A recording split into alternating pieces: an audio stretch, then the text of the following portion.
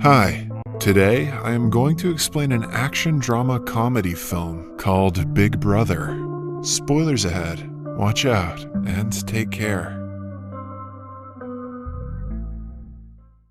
Henry has returned to Hong Kong after serving in the US military for years. Looking to start a career as a teacher, he goes to his former school, Tak Chi Secondary. The principal notes that he doesn't have experience in teaching, but after being shown a recommendation letter from a higher official, he is given the job. Before Henry leaves, the principal informs him that the class he is assigned to teach is one of the worst in the school. The morning of his first day at school, Henry walks into the class to see that it is in absolute chaos. Some students are sleeping, others are singing, some are playing video games, while a good number of them are cooking ramen on a portable stove. Even after the teacher walks in, they completely ignore him and continue what they are doing. Henry tries to get their attention, but they pretend to not hear him. He gives up on trying to divert their attention and goes around the classroom commenting on the things they are already doing. The students who are cooking are asked to eat less ramen because it contains too much sodium. Henry then approaches a guy named Zufa playing ukulele and helps him with it. Similarly, he warns a gamer kid against the radiation he might receive from staring at the screen all day. Geez, if that's a real thing, then it's too late for all of us anyway. When the students finally start listening to him, he introduces himself and writes his name and phone number on the board. The students laugh because his handwriting is ugly. Then, someone from the students calls him and asks him to leave the class, but Henry laughs it off.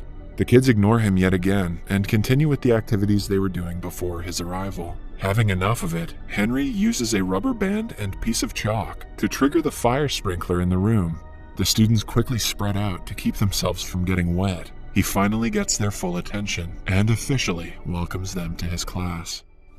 Welcome to my class! After class, a group of 5 lowest-ranking students gathers in the sports supply room to smoke. The leader of the group, Jack, has a crush on an A-grade student from another class. The others find him staring at her picture and make fun of him. The group has a rivalry with the rich and spoiled kids from the school's basketball team.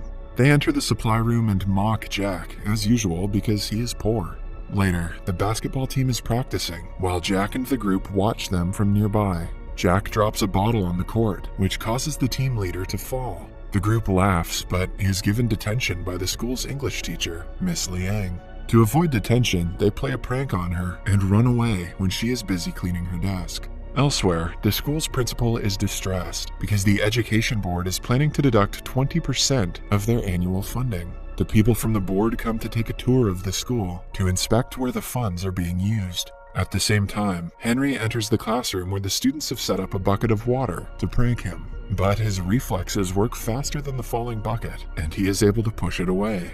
The students who had been waiting to make fun of him are left shocked. Henry asks for Jack's packet of cigarettes, knowing that he smokes. Jack simply hands him the pack, curious as to what he is about to do. Then, Henry asks Zufa to name the 3 ingredients that are in a cigarette. When he answers the question correctly, he is allowed to skip class for the day. Everyone starts to bang on their desks, demanding that they should get to skip class as well. When they stop, he hands them all a cigarette and asks them to analyze it.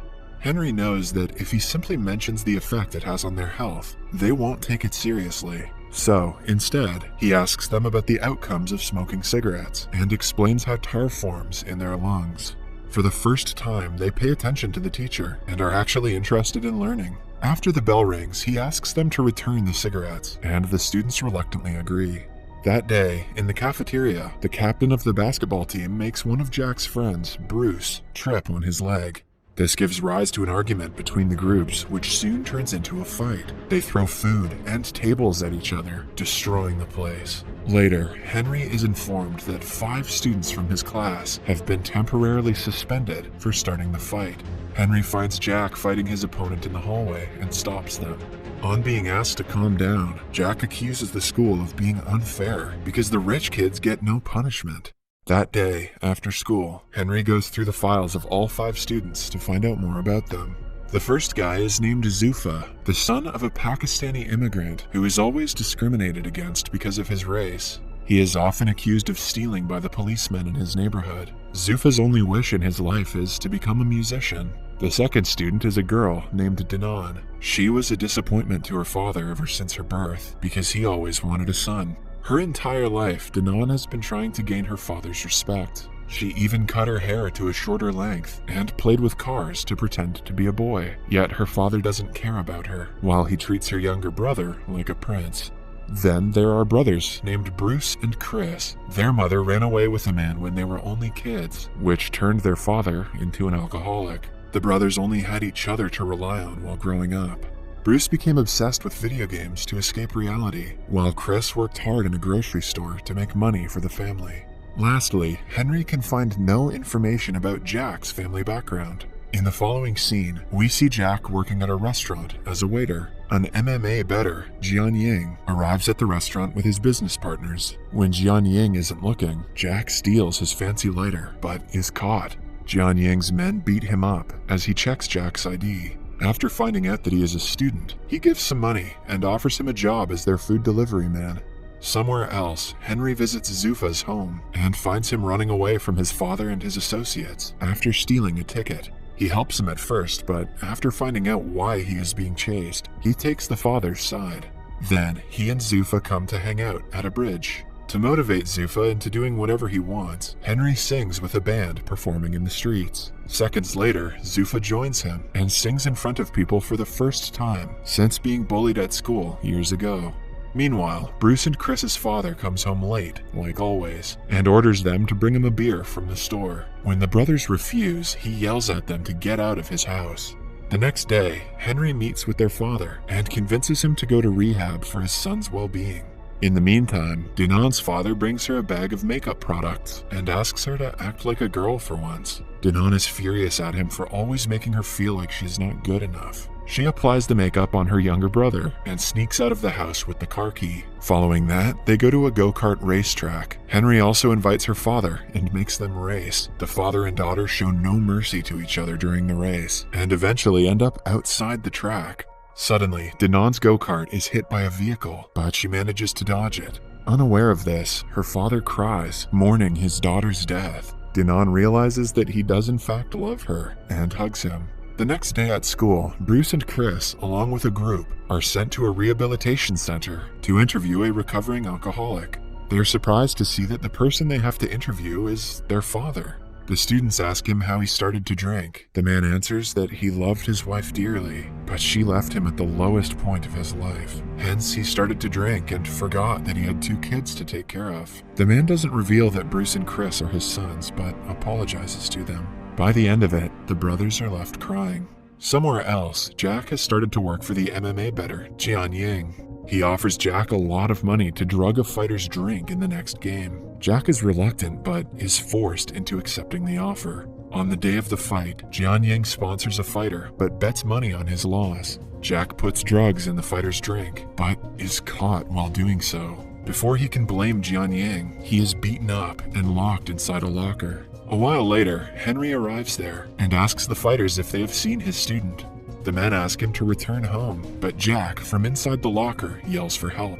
After finding out he is being trapped, Henry attacks them and overpowers them easily. When the fighters step in, it gets a bit intense, but Henry dodges their attacks efficiently. By the end of it, he knocks out their best fighter, who is supposed to compete in a few minutes. In the following scene, they are at a hospital where Henry gets treated for his wounds. Jack tries to reveal the truth about Jian Ying, but is made to shut up.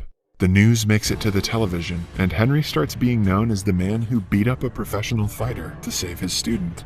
His popularity in school grows, and the students start to respect him. They even get up to welcome him to the class, in contrast to how they were earlier. A flashback shows us that Henry used to be a prankster when he was in school. He even threw water balloons at a student who was playing piano for the parents in an event. Later, he fought the same student and broke his hand. He was suspended for the fight, after which he had to fly to the States. Starting that day, the students pay attention when Henry teaches in class and study hard for the upcoming college entrance test. Everyone is doing great, except Bruce, who has grown addicted to pills. It turns out that while Charlie turned to video games to avoid his family's problem, Bruce started doing drugs. Because he is unfocused, he does very badly in the mock entrance test. Henry promises to help him, but Bruce grows more depressed with time. Eventually, he jumps off the balcony of his house. He is rushed to the hospital and goes into a coma. The media twists the news and blames it on the school and Henry for what Bruce did. The officials from the education board interview Henry and decide to revoke his teaching license. When he packs his things and leaves the school, the students chase him, asking him to stay. They are heartbroken by his absence, but they know that they should ace their upcoming test to make him proud. From that day on, they study twice as hard to prove to the board that Henry is a good teacher. On the day of the test, Jack, along with all of his classmates, get a text from Henry asking them to meet in the school an hour before the exam. When the students gather, they find out that it was Jianying's trick to keep them confined in the school so they won't make it to the examination hall on time. He is doing this to teach Henry a lesson. A while later, Henry arrives at school and finds out about Jianying's plan. He lets the students free and fights all of Jianying's people to stop them from harming the children. They escape and quickly make their way to the examination hall, while Henry fights Jianying. While they are fighting one-on-one, Jianying reveals that he was the guy who Henry had thrown water balloons at when he was little. It turns out that ever since Henry broke his arm, he wasn't able to compete in a big music competition. Ever since the incident, he hasn't touched a piano and blames Henry for ruining his dream. Henry tries to reason with him, but is attacked yet again.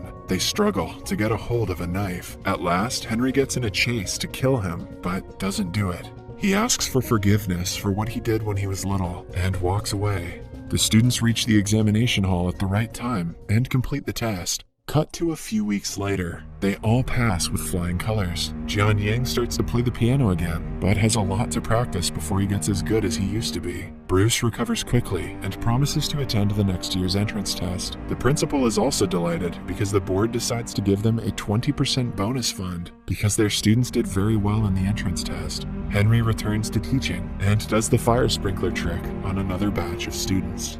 Subscribe for more videos like this, turn on notifications, and leave a like to help the channel out. Thank you for watching.